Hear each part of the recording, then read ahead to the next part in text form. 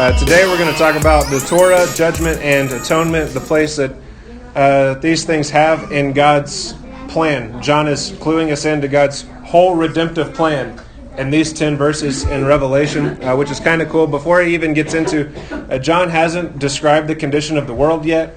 He hasn't given us any judgments from God concerning the condition of the world yet or what the world is doing.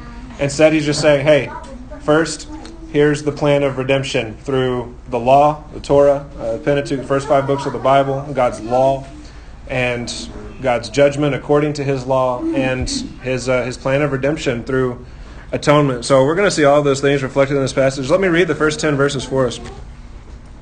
I saw in the right hand of Him who sat on the throne, this is God the Father, a book written inside and on the back, sealed up with 7 seals. And I saw a strong angel proclaiming with a loud voice, "Who is worthy to open the book and to break its seals?"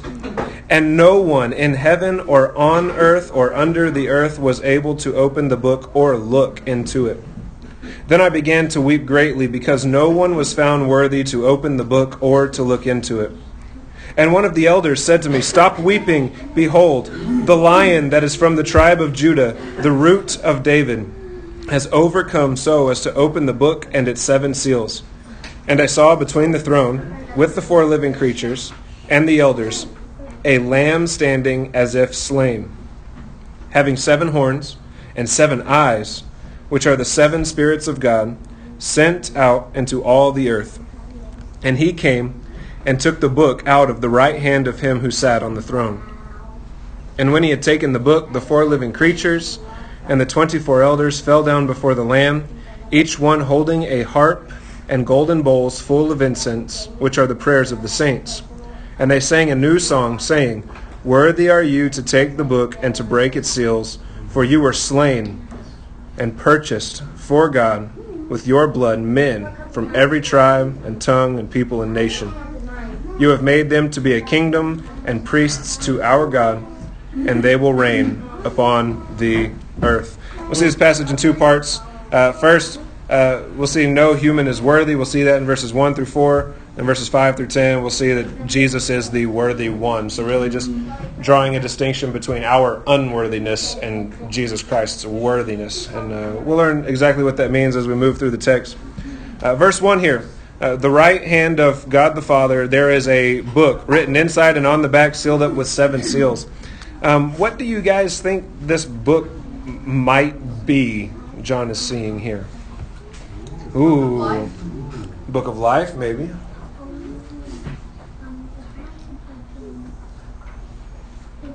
You can, I guess, oh no, you can't cheat this time. I didn't include the info. All right. What do you think the book is? What are the contents of the book? Is the book actually a book, or is it more like a scroll? Yeah, probably a scroll. They didn't have binding in John's day, so it's a scroll, and they called it a book, right? But what is the book? What does it represent? What is it a symbol of? Let's think together. Those who have been here, what has John already gotten at when he has referred to? I don't know. I'll give it away if I ask the question. I'm sorry. I cheated. I went to my commentary. Oh, we'll see if your commentary is correct. Shall I say it? Yeah, go for it. Deed to earth.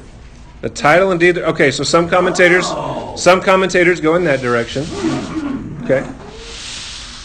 This is a legal document. So in Rome, in the 1st century, this is how legal documents would be bounded. They would have these seals on it, wax seals, and on that seal would be the name of a person, and only the person whose name was on the seal could break the seals and open the legal document.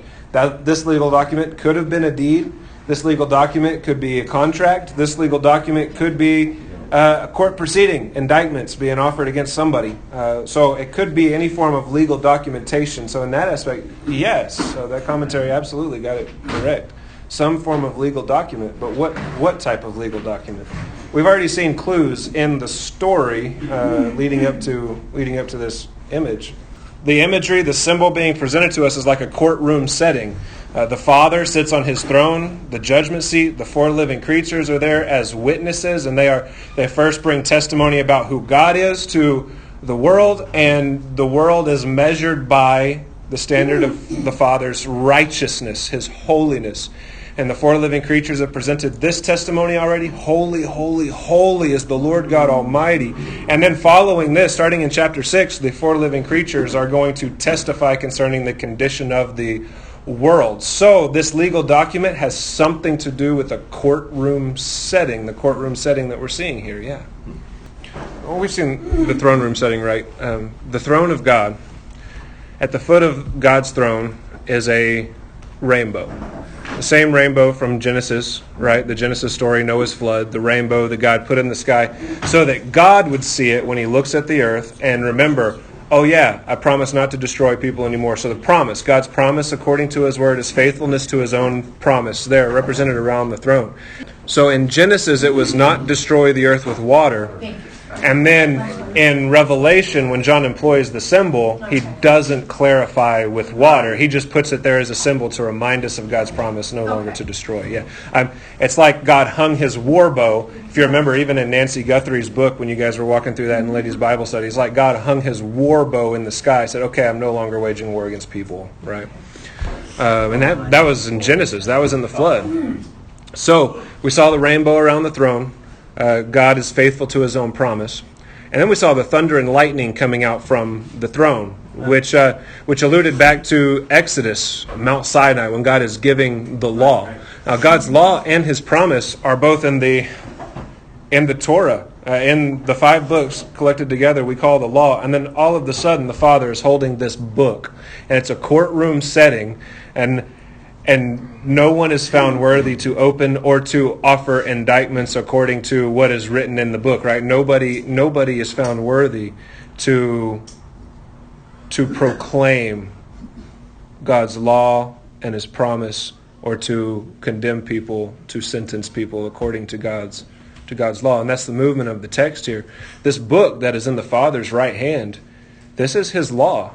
What is the law of God? I mean, we can say it's the first 5 books of the Bible, but what does the law represent? The law wasn't always around. There was a time when the law didn't exist, right? So it can't be the ultimate standard because eventually it was written down. It started. What is the ultimate standard there? We got this kind of last week. The holiness of God. God's holiness, his righteousness. So this law that God has given us, it's given for the purpose of us understanding his righteousness. His law reveals his righteousness, right? So his righteousness is the standard. His law paints a picture of his righteousness so that we can begin to understand his righteousness. And we all fall short of that righteousness. We have all broken God's law. We have all sinned against a pure and holy God. So when this indictment rains out from the throne of God, we are all guilty, right? According to God's law and under God's law, by the standard of his righteousness, every single person on the face of the earth is guilty. And no wonder no one is worthy to open this book, to break the seals, and to open this book, right? So, in the right hand of him who sat on the throne was a book. And I'm pretty confident that this is the Torah, that this is God's law. The 5 books that start out the Bible, right? Genesis, Exodus, Leviticus, Numbers, and Deuteronomy. And they explain God's law, reveal his righteousness, and they also explain his purpose of grace. And they also explain atonement and give us God's promise. And God is faithful to these things. These are the things by which he will judge the world. And it is written inside and on the back, it is sealed up with 7 seals. Why is this significant that this book is sealed up with 7 seals? What do these seals represent? The world was created in 7 days. When John wrote to the 7 churches, he's writing to every church that ever existed in every age. He's writing that the 7 churches, the number of completeness. When the Holy Spirit is described in Revelation, he's 7 flames of fire, or 7 eyes, as we see in this passage. 7. There are 7 seals, and there will be 7 trumpets and 7 bowls. 7 is the number of completeness, fullness, perfection. So when this document, this legal document, is sealed with 7 seals, we we know that it is sealed completely and fully, right? And no one has the authority to break any of these seals. What other significance do you think the seals might have? The seals themselves don't contain judgments. It's the document itself that contains the indictment, and we'll learn that as we move through the book of Revelation. But that document is not being opened as the seals are being broken. The seals are being, and this is all symbolic, right? This is a picture, not a puzzle. It's important for us to remember. So the document isn't actually being read until after the seals are broken. I think that's significant too. And when we look at these 6 seals being broken, and we're seeing what's being described as the seals are being broken, we're going to see that that's descriptive. It's not God pronouncing his judgment, but it's descriptive. This is the current condition of the world. So you look back to Isaiah chapter 8, verse 16, Isaiah chapter 29, verses 11 and 12. When the seals are being broken there, basically the condition of the world is being described. So the seals there seal a book, and the seals are broken. The condition of the world is testified about before God. That's what the 4 living creatures are doing. So when we think about the seals here being broken, we take John referred very particularly to the Old Testament, and he meant to explain the Old Testament prophecy through this book. It has the same format as Old Testament prophecy. It alludes to the Old Testament in every single verse, right? There's something like more than 400 allusions to the Old Testament in the 22 chapters of Revelation. It's crazy, right? So anytime John is alluding to the Old Testament, we should pay attention to what the Old Testament says and what the Old Testament means, because the best way to interpret the Bible is by reading the Bible, reading different parts of the Bible, right? So when John writes about these seals, his readers are meant to understand that the condition of the world is about to be explained before the judgment seat of God. And that's why in the breaking of the 6 seals, we understand that to be a description of the current state of affairs, not an unleashing of judgment. Oops, right. I gave it away. Not an unleashing of judgment, but this is the condition of the world, right? And we'll explain the parts in detail as we move through chapter 6. But just this part in chapter 5, people always skip chapter 5 and go right to right there. That's where I want to be, so I'm going to skip that. And then they miss all of these amazing details in the text, right? So that's what we understand it to be. Verse 2 here, and I saw a strong angel proclaiming with a loud voice, "Who is worthy to open the book and to break its seals?"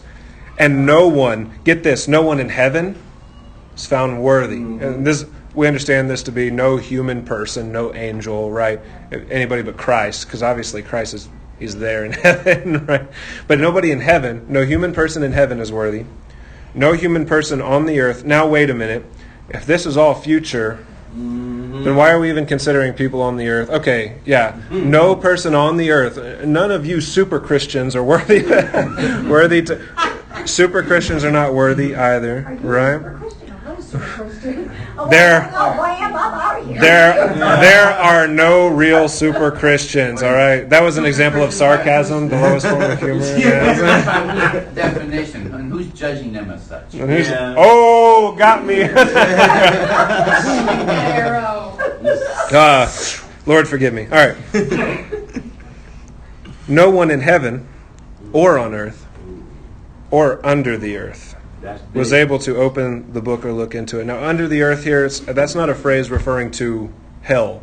That's just a phrase referring to the place of the dead, something like Sheol. Remember, John is using very, very Old Testament language here. And the place of the dead is a very broad term used to describe everything from Jonah being in the belly of a fish to Jesus being in the grave, you know. So it's just this very broad term. And here, it's just revealed that no one, no matter where you're at, no matter what stage of life you are in, whether you're in heaven or you're in a grave somewhere or you're in the belly of a fish or you're walking around on the earth, right? No one is worthy. No one is worthy to make this proclamation, to make this declaration, to peel the seals apart and to open this book and to use this book to indict, because there's a courtroom setting. Right. Christians have a nasty habit. People who do assume to be super Christians. That's the type of Christian I'm referring to, right? A really nasty habit to read God's law and to use the law to force guilt. No. Oh, yeah. Right? If we read the Bible well, we don't have the authority. We are not worthy to read the law and force guilt on others using the law, right? Oh, the law says that the Levites were to not get a certain type of tattoos that were in worship to a dead person. Right. And I'm going to use that law to look at you and say, you are evil because you have tattoos.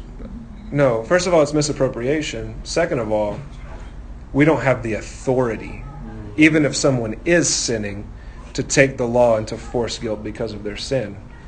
Because we're sinners too, right? It's Pot calling the kettle black. Bingo. yeah. It's like if we're all on trial, someone who's on trial doesn't have the authority to sit on the jury, right? We don't have that kind of authority. This book, if it is the Torah, can we open it and look into it and read it? Pardon? Yeah. We can open it and we can read it. We just don't have the authority to symbolically break the seals and use it as an indictment. Right? Remember, this is a symbol. Yeah. It's a picture, not a puzzle for us to figure out. We don't look to the book of Revelation and say, okay, it says I can't read the Bible. No. Or, okay, that book is something that I can't even figure it out. It's such a mystery, I can't even figure it out. Why even try? No. God wants us. He wouldn't have written this for us if he didn't want us to know what he was talking about, right? So we look to the law. We look to the Torah, and we can read about God's indictment, and we can read about God's judicious decree, right? We can read about it. We can read about it right there in his law. We know what his law says, and we know the consequences that his law points out. Let's look together. This is Deuteronomy chapter 30, verses 15 through 18. This is super cool. Well, if we're in Christ, it's super cool. Yeah. 30, 15 through 18. See, I have set before you today. He gave the whole law, and this is at the end of the law. So I set all this before you, right? See, I have set before you today life and prosperity and death and adversity. I explained to you my promise and the consequence of sin. I did that through the law, right? And that I commanded you today to love the Lord your God, to walk in his ways, and to keep his commandments and his statutes and his judgments, that you may live and multiply, and that the Lord your God may bless you in the land where you are entering to possess it. But if your heart turns away, and you will not obey, but are drawn away and worship other gods and serve them, I declare to you today that you shall surely perish. You will not prolong your days in the land where you are crossing the Jordan to enter and possess it. What do we see here? A promise for those who obey God's law entirely, a promise of blessing, and the promise of curse for those who fail to keep God's law. That's the standard by which God judges the world. Now tell me, who in here has kept God's entire law perfectly? Anyone? Yeah, I don't even know every law. I don't know every rule. How can I know if I kept it? Right? Yeah, right. Isn't there 614 laws? Something crazy like that. Yeah, like you can't remember all those, and at every point of every moment and every day, remember all of those laws all at the same time to keep yourself from sin. That's why the Pharisees went mad, crazy with rules and oral traditions and all that. You can't. No, we have all broken God's law. Here's what that means according to the standard that God has given, his judicious decree. Every single one of us stand condemned. Damned to hell forever. That's justice. That's what justice is. Period. We talk about God being holy like we did last week. Here we are in this heavenly courtroom setting, and then John drops this bomb. No one is worthy to open it. And you're like, oh yeah, dude, I'm a sinner. Which means I stand condemned according to God's law. What hope is there? It's like, if we all deserve this just judgment, condemnation to hell, and there's no hope for us, and God must be just. He must punish sin because of his nature. This is the great dilemma for the Christian, right? We believe that God redeems us, but he must punish all sin. We were getting that at one of the questions before we even started today, right?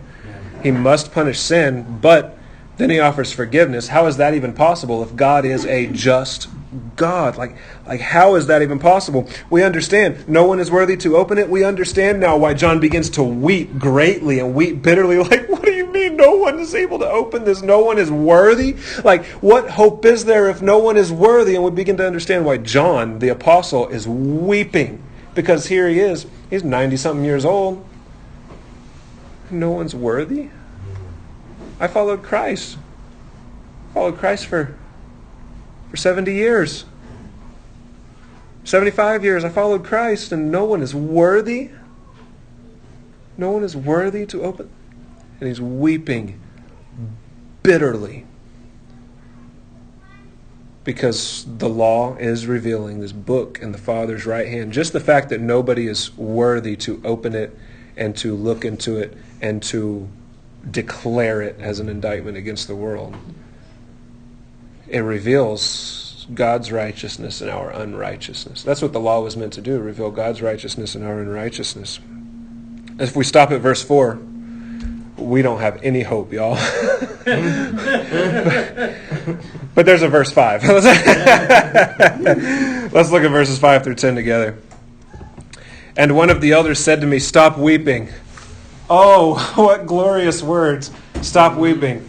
Be comforted. Be encouraged here. Stop weeping. Behold, the Lion that is from the tribe of Judah. Behold, the Lion of the tribe of Judah, the Root of David, has overcome so as to open the book and its 7 seals.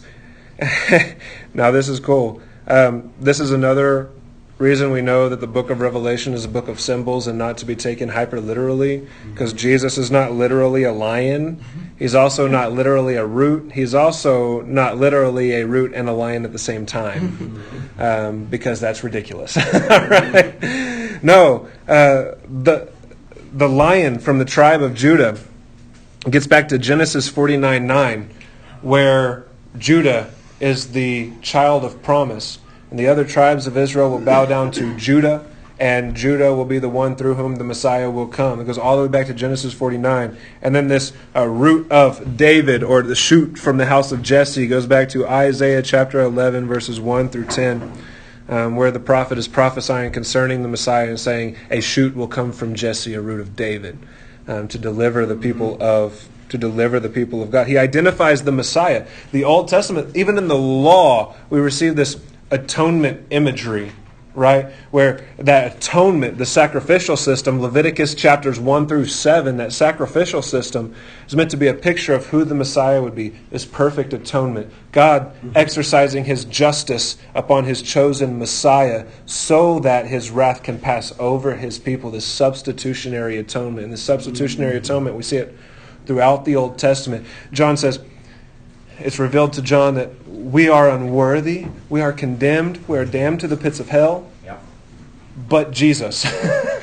Right. Like, but Jesus.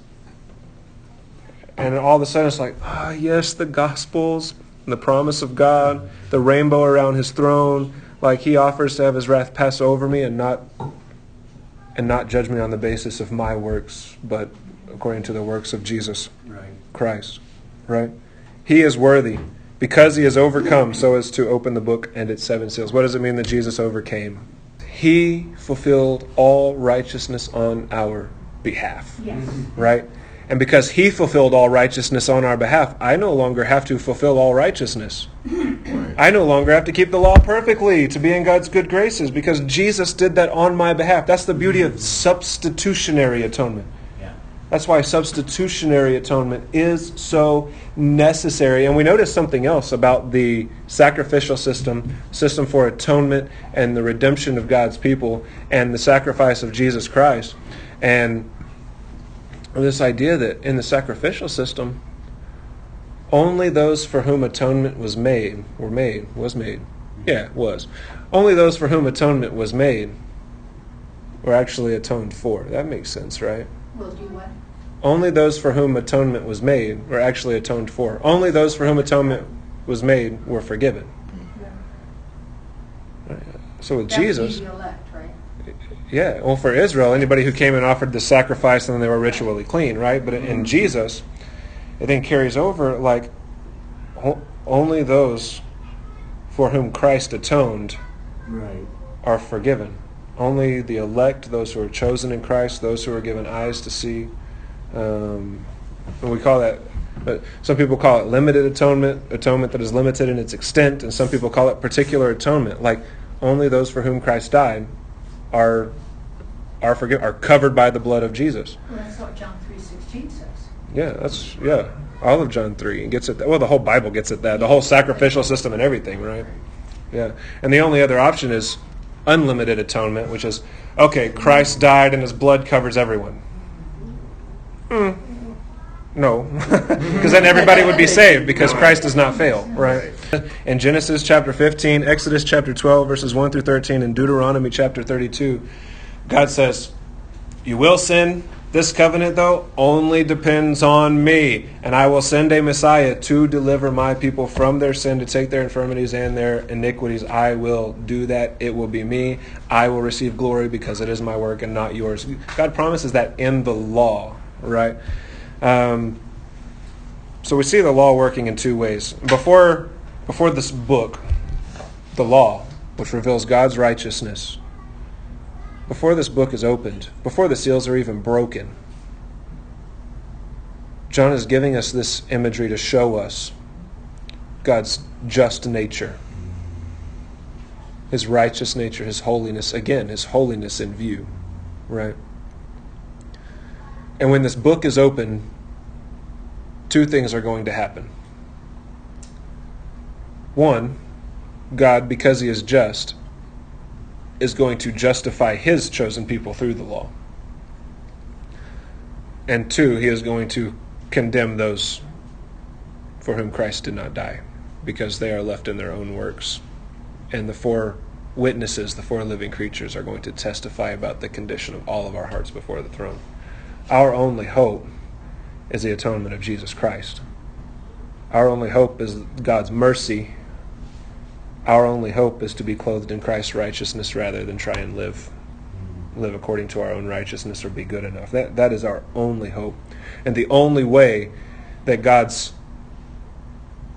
judicial decree comes down in our favor is if we are clothed in the righteousness of Jesus Christ by his mercy and grace alone, by grace alone, through faith alone, not by any work of ours. That's what Ephesians 2, 8 and 9 right there, so that we cannot boast.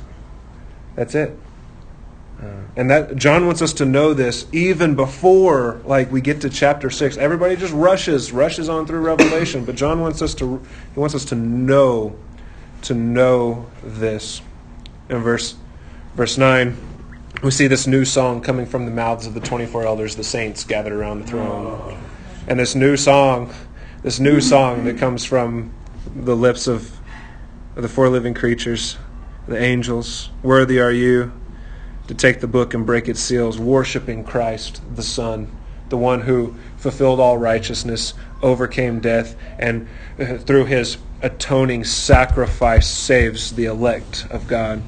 Worthy are you to take the book and break its seals, for you were slain and purchased for God with your blood. You purchased men, and the ones you purchased, they are yours. You can't no returns. All right. Purchased for God with your blood men from every tribe and tongue and people and nation. And you have made them to be a kingdom of priests for our God, and they will reign upon the earth. Now tell me this new song, is this a new song that we currently sing, or is this some new song that's waiting for the distant future? When John gets at the breaking of the seals and everything here, remember, he's referring to Old Testament imagery, Old Testament prophets who are describing something that they saw happening in their own time in the Old Testament and in the future. When we look through chapter 3, we saw the kingdom of the New Jerusalem coming down out of heaven in the present tense. And we've seen the pointing of the book of Revelation just kind of indicates that this is something perpetual that is happening. Remember, this is all symbolic. This is an image in heaven. And John is being clued into the way that God has been doing things, is doing things, and will be doing things, right? He who was and is to come, and we saw that language being used last week. And when John is seeing this, And there is a clear pointing here to the crucifixion of Jesus Christ. Like everything culminates in the crucifixion, the resurrection of Jesus Christ. Like that is the culmination of the faith. That is when Jesus won his victory. And this new song starts to be sung at the moment of Christ's crucifixion. Look, God is who God is. He deserves all praise and all glory anyway. How can there possibly be a new song? Only if God accomplishes the redemption of his people and we begin talking about redemption as if it was accomplished in Christ. So this new song, we're singing it today, y'all. We sing it when we come to church. We praise Jesus for his redemptive work, for his substitutionary atonement and his atoning work. Like this is happening now. And this is meant as encouragement for the saints. This new song, hey, even though you saints, the church, even though times are hard and you're going through tribulation on this earth and tough times and you're dealing with stupid people and stupid sin and stupid everything, even though you're dealing with all that, guess what? You sing a new song because you have a Redeemer and he lives. Like, yeah, that's crazy, right? And like John is doing, before we even get to him describing the condition of the world, he's just like packing in the encouragement, packing in the good news. Like, y'all, Jesus. That's what John is doing. Yeah. Anything else? Oh, before I don't say this on accident. God is just and the justifier of those who have faith in Jesus Christ. You find that Romans chapter 3, verse 26. That's the big point. He is just and he is the justifier. Yeah. People make revival, spiritual enlightenment, whatever actual self-actualization, whatever term you put on there. People make that all about like people coming into a church building or a tent or going out in the woods or whatever. Having this great spiritual experience and like getting goosebumps and oh man, we experienced revival. You've heard that, right? Yeah. No, when we recognize that God's law actually does condemn us, y'all, we weep like John wept. It brings us to our knees, prostrate before the holy God who sits on his holy throne and condemns the whole world. Yes, God condemns the whole world, right? By his law. He handed us over to sin. And then to see every instance in which we fail. Oh man, I accidentally cut my hair and it says not to... Right. No, there's a context there. Context. Go look at the context, right? Okay, Samson. But that's a good story to get at this point too, right? Like, I failed, and this is just too burdensome. And then you get into some churches and it's like human religiosity, and they pile on more burdensome rules and religiosity, and like, oh, you have to do this, and we're here to fix your life, and there's just burdens, and then you get to the New Testament, and Jesus is saying, rest. It's like, here I am weeping, and Jesus comes and says, son, daughter, rest. Throw off that stupid legalism. The law obviously accomplishes purpose in your life. Here's grace. Be clothed in my righteousness. And how can we not just exuberant joy? The kind of joy I feel when I play the drums on Sunday morning. Just that. I thought about throwing one at you. You saw me lose it, right? But it's just exuberant joy, and then like the Christian life is characterized by this generosity and joy because it's like, yo, I was the worst of sinners, but guess what? God got me. Yeah, man. Yeah, that's it. Remember, it's a picture, not a puzzle, right? So to say, when is this happening or when will this happen? That's not the purpose for which John wrote Revelation. He wrote it's a mural, the Sistine Chapel. It's a waltz, It's a Sistine Chapel in the New Testament. So we look at Revelation and we see this picture. It's symbols. And when John is describing this, it's to be understood as just the work Jesus does. And it's representative of the work Jesus does. Jesus isn't literally breaking seals. This is a symbol that represents this authority that Jesus has. Right. And Jesus always has this authority. He was given this authority at his crucifixion and resurrection. All authority was given to him in heaven and on the earth. And that's the authority that John is getting at here. So it's not this literal, okay, let's piece this together like a puzzle and figure out when Jesus is breaking these seals. No, Revelation isn't. First of all, it's symbolic, not literal. So there aren't literal seals being broken by a root lion lamb thing that's standing as if slain with 7 horns and eyes. You know, but it is, it's a symbol representing Christ's authority, and the lamb standing as if he's slain. That doesn't make sense. No, but his being slain, substitutionary atonement, is what gave him this authority to judge and redeem. Right? That's how he won his glory. Right? That's how the Godhead won his glory, through this crucifixion and resurrection. So the lamb standing as if slain. Then the lamb there is it's the atoning sacrifice in the Old Testament imagery, and then the 7 eyes, the Holy Spirit.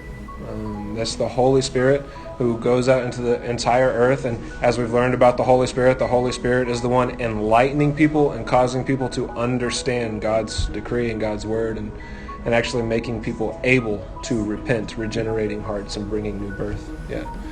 So all that, it's just all packed in here to 10 verses, which is kind of crazy. I'm impressed that John was able to do that. But that you can do that with the picture. A picture is worth what? And there we go. That's the book of Revelation. That's why you got 400 Old Testament allusions and 22 chapters.